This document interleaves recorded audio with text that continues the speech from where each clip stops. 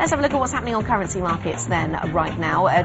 Dollar weakness has certainly been the story over the last few weeks. Euro dollar right now is currently trading at 139.70. You can see we've got a little bit of a rest from that dollar weakness story. In terms of the US dollar against the Japanese yen, though, we're at 82, so the dollar there is a little bit stronger against the Japanese currency. Mario Singh, Director of Training and Education at FXPrimers.com, joins us now. Mario, thanks very much for coming to talk to us. So what did you make of the endless discussion of currencies over the weekend? We didn't get any kind of global coordinated deal.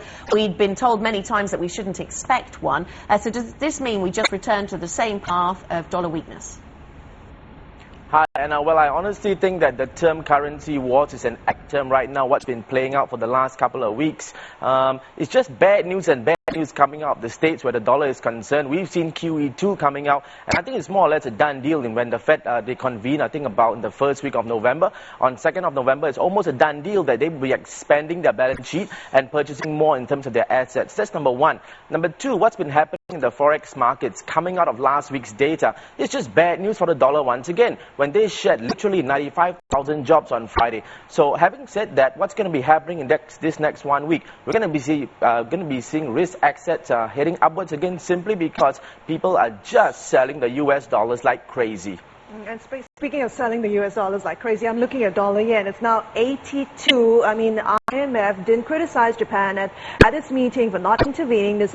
Sounds like Japan kind of indirectly got the endorsement from the world community that it's allowed to intervene in the markets. Well, I think Japan is playing pretty smart right now, simply because what's been happening between US and China.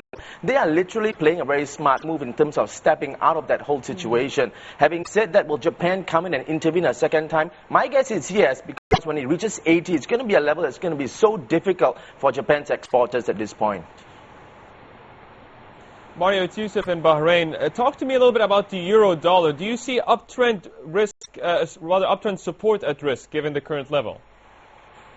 My answer is yes, simply because of dollar weakness once again. We saw it reach the 140 level, which was a critical psychological level in terms of technical resistance. It did breach it, but it's still coming down right now. However, I still see the euro dollar heading upwards, simply because no one likes holding the dollar right now. Having said that, I do see the Aussie dollar also heading upwards, simply because of the carry trade.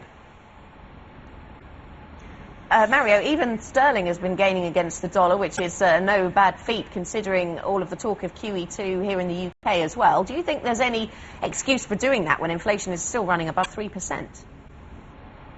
And that's a great question on the sterling. Well, we do see that the sterling had also breached the psychological level of 160 last week. However, I am cautious on the sterling simply because, well, you also mentioned that they might be expanding their asset purchases over $200 billion, which does give investors not a lot of confidence in terms of how the sterling is appreciating right now. So having said that, I am cautious on the sterling. I don't see it breaching above 160, at least in the next couple of weeks. You know, the QE by the Fed is going to stimulate a lot of liquidity into the marketplace, and much of that's going to flow to emerging economies, Asia included. From your dealings and talkings with central banks and traders in a dealing room, are you hearing any whispers of capital controls?